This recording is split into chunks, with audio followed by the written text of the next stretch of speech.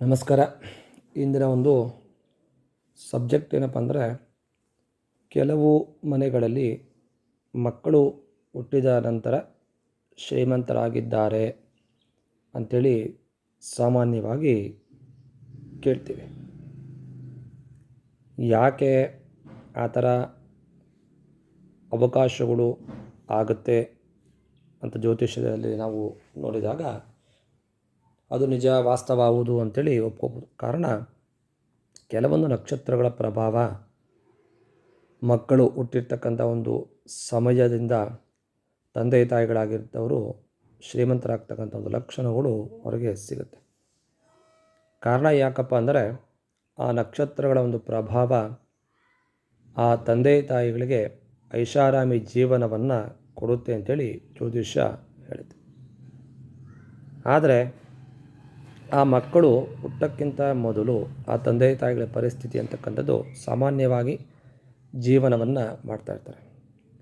ಆದರೆ ಆ ಮಕ್ಕಳು ಹುಟ್ಟಿದ ಒಂದು 5 ವರ್ಷ ಆಗ್ಬೋದು ಅಥವಾ 10 ವರ್ಷ ಆಗ್ಬೋದು, ಅವರ ಒಂದು ಪರಿಸ್ಥಿತಿಯನ್ನು ನೋಡಿ ತುಂಬ ಅಂದರೆ 80-90% ಬದಲಾವಣೆ ಆಗಿರುತ್ತೆ. ಖಂಡಿತವಾಗಿ ಒಂದು ಮನೆಯನ್ನು ಕಟ್ಟಿರಬಹುದು ಅಥವಾ ಹಣದ ವ್ಯವಹಾರದಲ್ಲಿ ಸಾಕಷ್ಟು ಹರಿವು ಅಂತಕ್ಕಂಥದ್ದು ಹೆಚ್ಚಾಗ್ಬೋದು. ಅಂದರೆ ಹಣದ ಅರಿವು ಹೆಚ್ಚಾಗ್ತಕ್ಕಂಥ ಒಂದು ಸಂದರ್ಭ, ಒಂದು ವ್ಯವಹಾರದಲ್ಲಿ ಲಾಭ ಆಗ್ತಕ್ಕಂಥ ಸಂದರ್ಭ, ಯಾವುದೋ ಒಂದು ರೀತಿಯಲ್ಲಿ ಅವರು ಮಕ್ಕಳು ಹುಟ್ಟಕ್ಕಿಂತ ಮೊದಲು ಯಾವ ರೀತಿ ಇದ್ದರು ಆ ಪರಿಸ್ಥಿತಿಗಿಂತ ಉತ್ತಮವಾಗಿ ಆ ಮಕ್ಕಳು ಹುಟ್ಟಿದ ನಂತರದಲ್ಲಿ ಒಂದು 5 ವರ್ಷ ಆಗ್ಬೋದು ಸಮಯ ಅಥವಾ 10 ವರ್ಷ ಆಗಬಹುದು.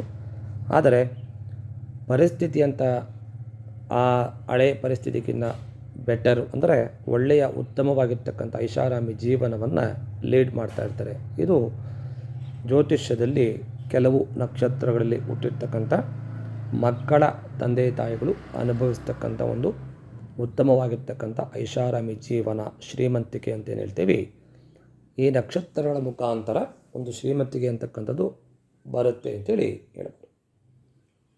ಯಾವುದು ಈ 27 ನಕ್ಷತ್ರಗಳಲ್ಲಿ ಹುಟ್ಟಿದಾಗ ಈ ಒಂದು ಶ್ರೀಮಂತಿಕೆ ಅಂತಕ್ಕಂಥದ್ದು ತಂದೆ ತಾಯಿಗಳಿಗೆ ಸಿಗುತ್ತಾ ಅಂದರೆ ಖಂಡಿತವಾಗಿ ಇಲ್ಲ.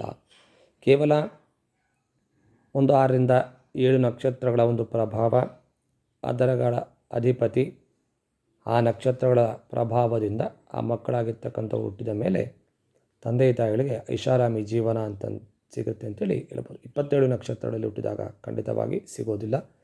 ಕೇವಲ 5-6 ನಕ್ಷತ್ರಗಳ ಒಂದು ಪ್ರಭಾವ ಮಾತ್ರ ಸಿಗುತ್ತೆ.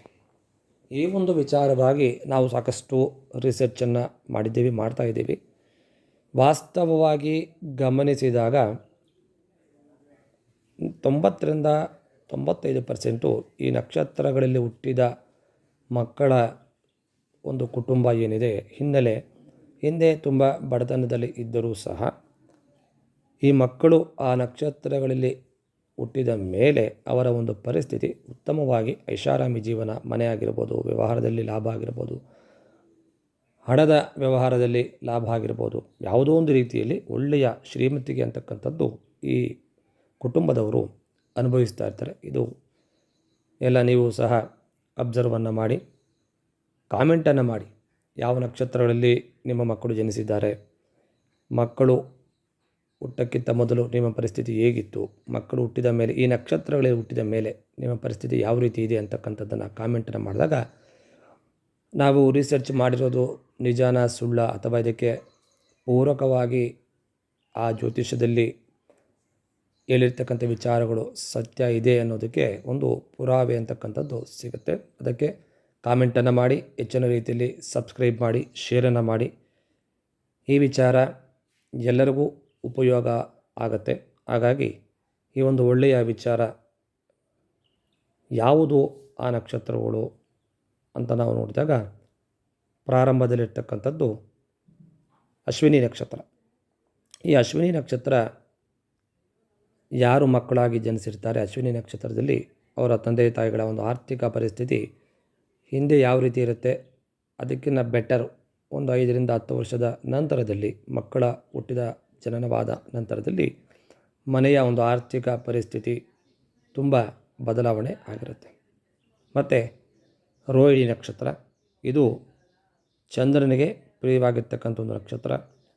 ಈ ಒಂದು ನಕ್ಷತ್ರದಲ್ಲಿ ಮಕ್ಕಳು ಹುಟ್ಟಿದ ನಂತರದಲ್ಲಿ ಐಶ್ವರ್ಯ ಮತ್ತು ಭೂಮಿ ಸಂಬಂಧ, ಆಸ್ತಿ ವ್ಯವಹಾರದಲ್ಲಿ ಐಷಾರಾಮಿ ಜೀವನವನ್ನು ಈ ಒಂದು ನಕ್ಷತ್ರದಲ್ಲಿ ಹುಟ್ಟಿದ ನಂತರದಲ್ಲಿ ತಂದೆ ತಾಯಿಗಳು ಅನುಭವಿಸ್ತಾ ಇರ್ತಾರೆ. ನಂತರ ಬರ್ತಕ್ಕಂಥದ್ದು ಮೃಗಶಿರ ನಕ್ಷತ್ರ. ಈ ಮೃಗಶಿರ ನಕ್ಷತ್ರವೂ ಸಹ ಮಕ್ಕಳು ಹುಟ್ಟಿದ ನಂತರದಲ್ಲಿ ತಂದೆ ತಾಯಿಗಳಿಗೆ ಐಶ್ವರ್ಯ ಲಾಭ ಆಗಿರುತ್ತೆ. ಖಚಿತವಾಗಿ ಮನೆಯನ್ನು ಕಟ್ಕೊಂಡಿರ್ತಾರೆ. ನೋಡಿ, ನಿಮ್ಮ ಅಕ್ಕಪಕ್ಕ ಇರ್ಬೋದು, ನಿಮ್ಮ ಮನೆಗಳಲ್ಲಿರ್ಬೋದು, ಮೃಗಶಿರ ನಕ್ಷತ್ರದಲ್ಲಿ ಹುಟ್ಟಿರತಕ್ಕಂಥ ಮಕ್ಕಳ ಹುಟ್ಟಿದ ಮೇಲೆ ಅವರ ಒಂದು ಮನೆಯ ವಾತಾವರಣ ಖಂಡಿತವಾಗಿ ಬದಲಾವಣೆ ಆಗಿರುತ್ತೆ. ನಂತರ ಪುಬ್ಬ ನಕ್ಷತ್ರ. ಈ ಪುಬ್ಬ ನಕ್ಷತ್ರದಲ್ಲಿ ಅಧಿಪತಿ ಬಂದು ಶುಕ್ರ. ಐಷಾರಾಮಿ ಜೀವನ, ಸಮಾಜದಲ್ಲಿ ಒಳ್ಳೆಯ ಒಂದು ಗೌರವ, ಅಧಿಕಾರ, ಸಾಕಷ್ಟು ಜನ ಸರ್ಕಾರಿ ಕೆಲಸ ಸಿಗ್ತಕ್ಕಂಥ ಅವಕಾಶಗಳು ಇರುತ್ತೆ. ಒಳ್ಳೆಯ ಸ್ಥಾನಮಾನ, ಧನ ಸಂಪತ್ತು ಅಂತಕ್ಕಂಥದ್ದು ಹೆಚ್ಚಾಗುತ್ತೆ. ಯಾರು ಈ ಪುಬ್ಬ ನಕ್ಷತ್ರದಲ್ಲಿ ಹುಟ್ಟಿರ್ತಾರೆ ಅವರ ಮನೆಯ ಒಂದು ಪರಿಸ್ಥಿತಿ, ವಾತಾವರಣವೇ ಬದಲಾವಣೆ ಆಗಿರುತ್ತೆ. ಯಾಕಂದರೆ ಇದು ಶುಕ್ರನ ನಕ್ಷತ್ರ ಆಗಿರೋದ್ರಿಂದ ಒಳ್ಳೆಯ ಲಾಭ, ಆರ್ಥಿಕವಾಗಿ ಯಶಸ್ಸು ಅಂತಕ್ಕಂಥದ್ದು ಆ ತಂದೆ ತಾಯಿಗಳಿಗೆ ಸಿಕ್ಕಿರುತ್ತೆ. ಮುಂದೆ ಬರ್ತಕ್ಕಂಥದ್ದು ಹಸ್ತ ನಕ್ಷತ್ರ. ಈ ಹಸ್ತ ನಕ್ಷತ್ರದಲ್ಲಿ ಹುಟ್ಟಿರ್ತಕ್ಕಂಥ ಮಕ್ಕಳ ಕುಟುಂಬ ಹಿನ್ನೆಲೆ ಸಾಕಷ್ಟು ಬದಲಾವಣೆ ಆಗಿರುತ್ತೆ. ಯಾರು ಹಸ್ತ ನಕ್ಷತ್ರದಲ್ಲಿ ಮಕ್ಕಳು ಜನಿಸಿರ್ತಾರೆ ಅವರ ತಂದೆ ತಾಯಿಗಳು ಒಮ್ಮೆ ಪರಿಶೀಲನೆಯನ್ನು ಮಾಡಿ ಅವರ ಪರಿಸ್ಥಿತಿಯು ಸಹ ಬದಲಾವಣೆ ಆಗಿರುತ್ತೆ. ಸ್ವಾತಿ ನಕ್ಷತ್ರ. ಇದು ಸ್ವಾತಿ ನಕ್ಷತ್ರ ಸಹ ರಾಹುವಿನ ಒಂದು ನಕ್ಷತ್ರ ಆಗಿದ್ದರಿಂದ ಒಳ್ಳೆಯ ವಿದೇಶ ಸಂಬಂಧದಿಂದ ಹಣ ಬರ್ತಕ್ಕಂಥ ಒಂದು, ಅಥವಾ ವಿದೇಶದಲ್ಲಿ ಕೆಲಸ ಮಾಡ್ತಾ ಇರ್ತಾರೆ. ಆ ಮುಖಾಂತರವಾಗಿ ಆ ಒಂದು ಐಷಾರಾಮಿ ಜೀವನವನ್ನು ಲೀಡ್ ಮಾಡ್ತಾ ಇರ್ತಾರೆ ಈ ತಂದೆ ತಾಯಿಗಳಾಗಿರ್ತಕ್ಕಂಥವರು. ಅಬ್ಸರ್ವ್ ಮಾಡಿ. ಮುಂದೆ ಅನುರಾಧ ನಕ್ಷತ್ರ. ಈ ಅನುರಾಧ ನಕ್ಷತ್ರವು ಸಹ ತುಂಬ ಒಳ್ಳೆಯ ಆರ್ಥಿಕವಾದ ಲಾಭವನ್ನು ಆ ಒಂದು ಕುಟುಂಬಕ್ಕೆ ಕೊಟ್ಟಿರುತ್ತೆ. ಮತ್ತು ಶ್ರವಣ ನಕ್ಷತ್ರ. ಈ ಶ್ರವಣ ನಕ್ಷತ್ರದಲ್ಲಿ ಹುಟ್ಟಿರ್ತಕ್ಕಂಥ ಮಕ್ಕಳು ಹುಟ್ಟಿದ ನಂತರದಲ್ಲಿರ್ತಕ್ಕಂಥ ವಾತಾವರಣ ಬದಲಾವಣೆ ಆಗಿರುತ್ತೆ. ಧನಿಷ್ಠ ನಕ್ಷತ್ರ. ಈ ಧನಿಷ್ಠ ನಕ್ಷತ್ರದಲ್ಲಿ ಹುಟ್ಟಿರ್ತಕ್ಕಂಥವರು ಒಳ್ಳೆಯ ಆಸ್ತಿಯನ್ನು ಲಾಭವಾಗಿ ಸಂಪಾದನೆಯನ್ನು ಮಾಡಿ ಒಳ್ಳೆಯ ದೊಡ್ಡ ಮಟ್ಟದಲ್ಲಿ ಸಂಪತ್ತನ್ನು ಗಳಿಸಿರ್ತಾರೆ. ಮಕ್ಕಳು ಆ ಧನಿಷ್ಠ ನಕ್ಷತ್ರದಲ್ಲಿ ಹುಟ್ಟಿದ ನಂತರ ಅವರ ಕುಟುಂಬದಲ್ಲಿರ್ತಕ್ಕಂಥ ಸ್ವಲ್ಪ ವ್ಯವಹಾರ ಬದಲಾವಣೆ ಆಗಿರುತ್ತೆ. ಮುಂದೆ ಮೂಲ ನಕ್ಷತ್ರ. ಈ ಮೂಲ ನಕ್ಷತ್ರದಲ್ಲಿ ಹುಟ್ಟಿರ್ತಕ್ಕಂಥ ಮಕ್ಕಳು ಜನಿಸೋಕ್ಕಿಂತ ಮೊದಲು, ಜನಿಸಿದ ನಂತರ ಅವರ ಕುಟುಂಬದ ಒಂದು ವಾತಾವರಣ ಖಂಡಿತವಾಗಿ ಬದಲಾವಣೆ ಆಗಿರುತ್ತೆ. ಕಾರಣ ಆ ಮೂಲ ನಕ್ಷತ್ರದ ಅಧಿಪತಿ ಆಗಿರ್ತಕ್ಕಂಥ ಆ ಒಂದು ಗ್ರಹದ ಎಫೆಕ್ಟ್ ಅಂತ ಏನು ಹೇಳ್ತೀವಿ, ಅದರ ಬದಲಾವಣೆ ಖಚಿತವಾಗಿ ಆಗಿರುತ್ತೆ. ಆ ಒಂದು ನಕ್ಷತ್ರದ ವಿಶೇಷವಾಗಿರ್ತಕ್ಕಂಥ ಪ್ರಭಾವ ಆ ಒಂದು ತಂದೆ ತಾಯಿಗಳಿಗೆ ಆ ಮೂಲಕವಾಗಿ ಕೊಡ್ತಕ್ಕಂಥ ಒಂದು ಲಕ್ಷಣ ಈ ನಕ್ಷತ್ರದಲ್ಲಿ ಸಿಗುತ್ತೆ. ಹಾಗಾಗಿ ಕೆಲವು ನಕ್ಷತ್ರಗಳ ಈ ಒಂದು ಎಫೆಕ್ಟ್ ಅಂತ ಏನು ಹೇಳ್ತೀವಿ, ಈ ಮೂಲ ನಕ್ಷತ್ರಕ್ಕೆ ಅಧಿಪತಿ ಬಂದು ಕೇತು. ಈ ಒಂದು ನಕ್ಷತ್ರದ ಹುಟ್ಟಿರ್ತಕ್ಕಂಥ ಮಕ್ಕಳು ನಂತರದಲ್ಲಿ ಅವರ ತಂದೆ ತಾಯಿಗಳ ಒಂದು ಸ್ಥಾನಮಾನ ಖಂಡಿತವಾಗಿ ಬದಲಾವಣೆ ಆಗಿರುತ್ತೆ. ವಿಶೇಷವಾಗಿ ಈ ಕೆಲವೊಂದು ನಕ್ಷತ್ರಗಳಲ್ಲಿ ಜನಿಸಿರ್ತಕ್ಕಂಥ ಮಕ್ಕಳು ತಂದೆ ತಾಯಿಗಳ ಕುಟುಂಬದ ಹಿನ್ನೆಲೆ ಸಾಕಷ್ಟು ಹಿಂದೆ ಬಡತನದಲ್ಲಿ ಇದ್ದರೂ ಸಹ ಈ ನಕ್ಷತ್ರದಲ್ಲಿ ಹುಟ್ಟಿದ ನಂತರದಲ್ಲಿ ಅವರ ಒಂದು ಮನೆಯ ವಾತಾವರಣ ಖಂಡಿತವಾಗಿ ಬದಲಾವಣೆ ಆಗಿರುತ್ತೆ.